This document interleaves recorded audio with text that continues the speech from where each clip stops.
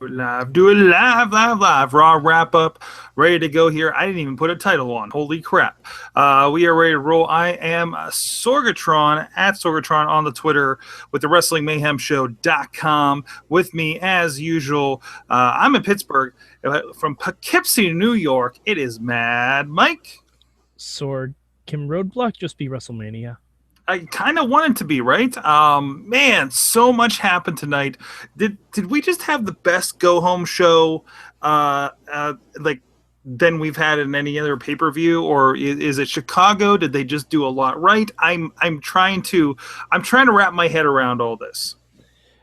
I think part of it was Chicago. Part of it was, hey, we're giving away WrestleMania for free now. Let's try and make it, something worthwhile. I guess so. They get those subscribers on there. They got a lot to live up to. They got a lot of room, I guess, to make up for because of all the people that are injured. So I think everything hit a mad sprint today, I guess, right? And I thought that was pretty fantastic. It was a fun Raw. I can't remember being bored much of the night. Yeah, there were only like one or two things that weren't stellar, but most of it felt like NXT.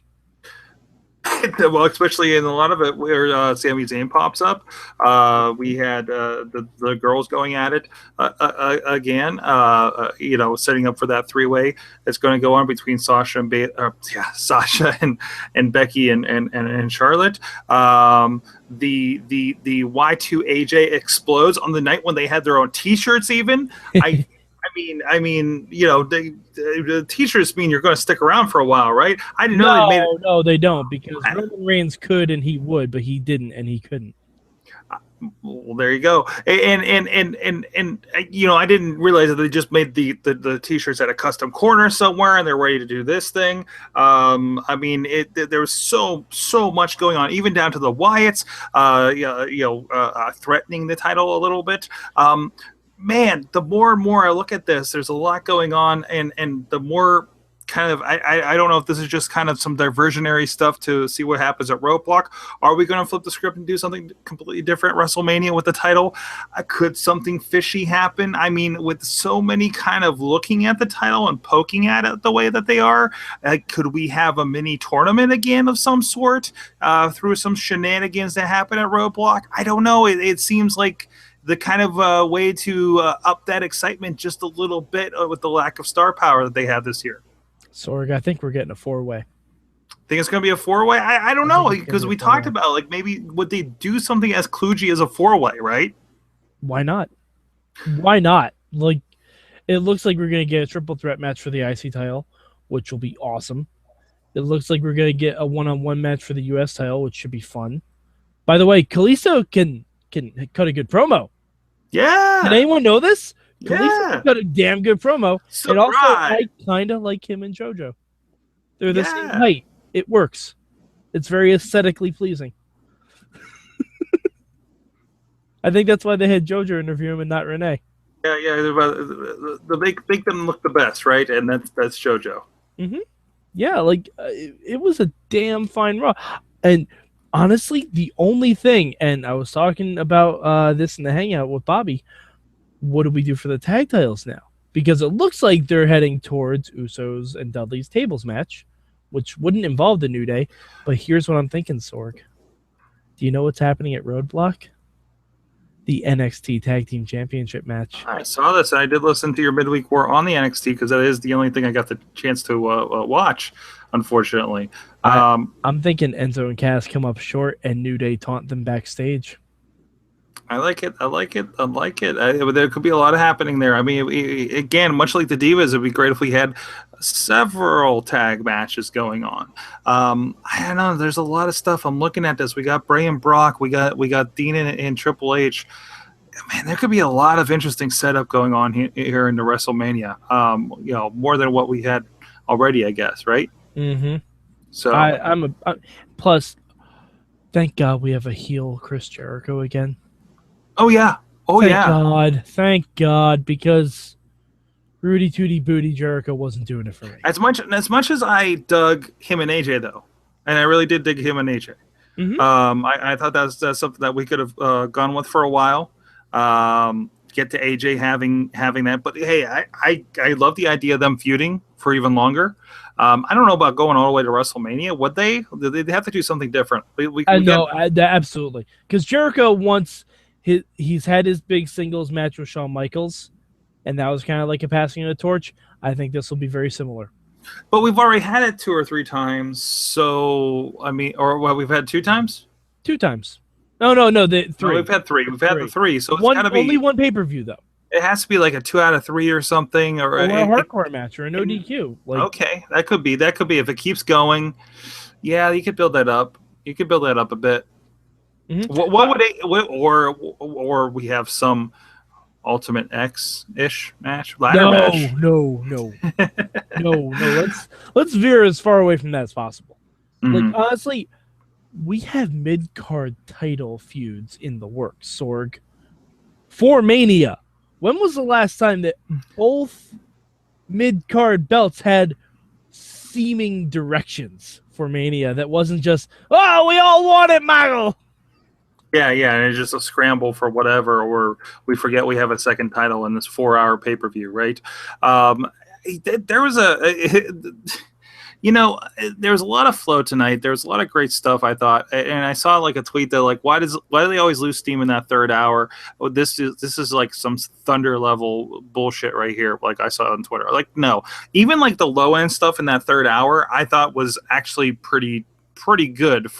It's better than the low spots of Raw in the last month. You know what I mean? Yeah. Like we didn't get below a 5 on the scale. I think. Well, Ryback tossing around the social butterflies, that was awesome. Everything had a level of entertainment tonight. It wasn't just, why are we doing this? The closest thing you had to that was Tyler Breeze and Kalisto. And even that, Breeze looked good in there, right? Mm-hmm. That was a build to Ryback coming in and doing his thing. And then I feel, I'm trying to figure out how I feel about Ryback right now. Because Ryback is doing this thing. Like I want him to say "feed me more" when we're going in. I know he's a bad guy. He doesn't do that anymore. It's not about the fans. He goes out. He beats the guy. He doesn't even pose. He just walks out. He doesn't even turn around. Yeah. He just walks beelines straight for the back. He didn't even get his hand raised. No, nothing. He just pin. I'm out. What's up? Wow. Wow. His new shirt should be a takeoff on the Job Squad shirt. And it just says Ryback, pin you, pay me. But I like that. The only thing because honestly, this felt like an Attitude Era Raw, and not in like the crazy sexual or vulgar direction, but every segment had a purpose. The only segment I can kind of point to that didn't really have anything going for it was Dolph Ziggler against the League of Nations. Yeah, I feel like that's in a holding pattern. There's this weird thing where we're trying to establish the League of Nations as like a credible tag team, and I don't know. I really hope that's not. I really hope it's not League of Nations and New Day at Mania. I mean, it sounds like it's no. I hope not. That'd be a weird one. That'd be a strange one. Because like New Day, they're not faces. I hope we get to the point where it's like the WrestleManias of old, where we do have like 3 different tag team matches in the division. Mm-hmm. I mean, hell, we could end up with a WrestleMania with 2 Divas matches. Oh, I think we are. I think even if it's on the pre-show, even if it's on the pre-show, even if we get, I don't know, Brie against Naomi or something, or Lana, I guess. Right? I think we'll get Brie and Alicia Fox against Lana and Summer Rae. Sure, why not? I think that'd be great. We know Triple H wants the ladies to step up, right? He just talked about the Arnold Classic during that Q&A. I was in attendance for. By the way, my first NXT experience was there at the Arnold Classic, so it was pretty cool. I got to see a whole maybe 3 matches, unfortunately, but I had some other really cool experiences that I wouldn't have gotten in Pittsburgh, so that was awesome too. But anyways, that's for another maybe Wrestling Mayhem show kind of thing. I was gonna say maybe tomorrow night at 9:00 on live.sorgatronmedia.com. Yes, maybe I'll tell you guys who I got to meet backstage and talk to from NXT, including some old friends of the show. But with that, we'll talk about. We'll brag about that some other time. But anyways, but no, Sorry, did Alexa Bliss smell like cotton candy? Because I feel like she should smell like cotton candy. She's so tiny. I wanted to just take her home in my pocket. I know. She's like a pixie. It's great. She's like a better looking troll doll. Yeah, that's a pixie. I work at a toy store. Yeah, that's about right. That's about right. Anyways, back to Raw. Yeah. Shane O'Mac opening up and showing that he can still go as he takes out the entire security force. All right. That kind of fell flat for me. Really? A little bit. God, like, Shane going at it and saying, I can beat up all of your security, Vince. See, the thing is, this is a perfect opportunity where we needed J&J security. Yes. They're back there. They're either that, out, right? Either that, or this is what you do. Instead of generic security guys, who I'm sure Eamon will tell us exactly who those independent wrestlers are. I can't wait to find out exactly who those independent wrestlers are. You know what I want to see? Vince sends the Mean Street Posse after Shane. That'd be great. What are those guys doing one now? Time. Like, they're still Shane's buddies as far as I know. Because seriously, where are they now? I thought they did one on Joey Abs. I think they probably did. I think they did. I think they absolutely did. Like, Pete and Rodney, as far as I know, were just buddies of Shane's from Greenwich. But Joey Abs was like a legit wrestler. But I mean, because Shane didn't really do anything to those security guards. It was a lot of hammering. And let's be honest, that wouldn't necessarily work against The Undertaker. Now, if he pulled out a kendo stick and started whapping around, like doing his Shane-O shuffle and everything, that would have been fine. Listen. This was the warm-up match. This was the jobber. This is Ryback stacking 3 jobbers on his shoulders, okay? That's what this was, more or less. I know. I just wanted a little bit something more of substance from it. Because it's all right. Last week we got nothing of substance from Taker. This week it was... I don't know. I want to see something. You and your substance. This is pro wrestling. No, it's he punched people. Sorg, it is sports entertainment. I saw neither a sports nor an entertainment in that segment. Okay, you got me there, I guess. It was more like a WCW backstage assault. Yeah, exactly. And I mean, the mic work was fine, but the end didn't drive it home. I love when you go, the mic work was fine. Like you're checking, you're like an opera critique. Yes. They were fine. They were fine. See, their projection was adequate. What the people of this show do not know is that I watch Raw with opera glasses.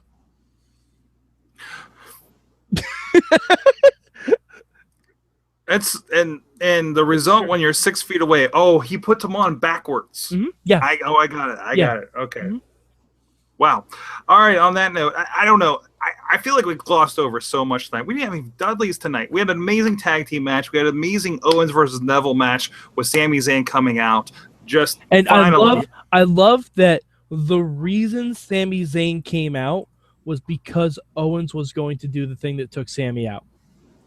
The powerbomb on the apron. Like, that was the impetus for Sami to come out. So is he just lurking backstage waiting for, like, is Owens going to do? No, I'll come back next week. He might have been. Who knows? It's Sami. He's Canadian. Never know. He's very patient. Those Canadians. Tell you what. Those mother Canuckers. Wow. Can we do that? Can we do that on this show? Okay. Sure, I did it. All right. Mike, I know there's a lot of Raw. There is 3 hours. We can't take 3 hours to talk about Raw, but I mean, can we get this Raw? Watch this Raw. If you didn't see this Raw, watch it. It was really good. We didn't come up with like a rating system for these Raws, since you guys have your kind of what are you rated for the week for midweek wars? Okay, Sorg. Out of how many hours do you think this Raw was watchable? I will say 2.75 hours. 2.75. I'll give you 2.5. Okay. I like the scale. We should keep the scale. Yes. How many Raws? Okay. We should pose this question. Yes. You guys tell us on social media. You guys are definitely watching us on Facebook. You guys are watching us on the YouTube. You guys are listening to us on the podcast. Let us know, either comments if you're watching the video, or at Mayhem Show, hashtag Raw Wrap Up, and on the Twitter, and let us know how many watchable hours of Raw was there this week. Let us know. I want to hear from you. You out there. I'm pointing to you if you're on audio. I'm pointing to you right now. I'm pointing to Mad Mike. I'm pointing to Mad Mike now because he's at the bottom of my screen. But I'm pointing at you. That's the correct finger. So we got 2.75, we got 2.5. Let us know what you think.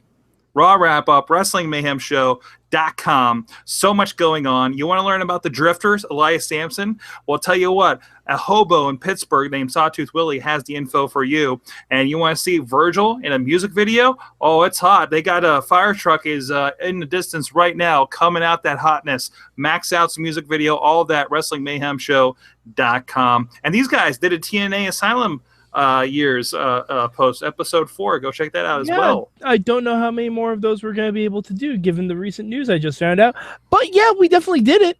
We'll talk about that some other time. Maybe if we get that Mayhem budget going, you guys can do more. I don't know. So on that note, thank you so much, Mad Mike at Mad Mike 4883. He does a midweek war, joins us most of the time on Wrestling Mayhem Show on Tuesday nights, 9 p.m. Eastern Time, live.wrestlingmayhemshow.com. If you haven't yet, check out our interview last week with Jimmy Corderas, former WWE referee. So that's it. Mike, you got anything to go out on? If you want to take part in Mayhem Mania, there is still time. Not this coming Tuesday, but the Tuesday after that is Patreon in the bank, motherfuckers. Patreon.com/Wrestling Mayhem Show. Did I get that right? Patreon.com/Wrestling Mayhem Show. Or if you go to our website, there's actually a Patreon link there as well. Yes, if you don't like what we've done with Mayhem Mania, and Lord knows I don't like some of it, if you want to participate in Mayhem Mania, the thought experiment where we book WrestleMania, and we got 2/3 of that right, I think, so far. You can donate to our show. Donate $1, you will become a part of Mayhem Mania history. If we have to have 20 moves from everyone that's on Patreon, we will do it. And if you can't join us live, Matt Carlins will have a form that you can submit your move, I think. Oh, there you go. Something. Willie? Or are you making that up, or do you actually I'm making that up. I'm putting that on Matt Carlins. All right, Matt Carlins, make it so. Sure.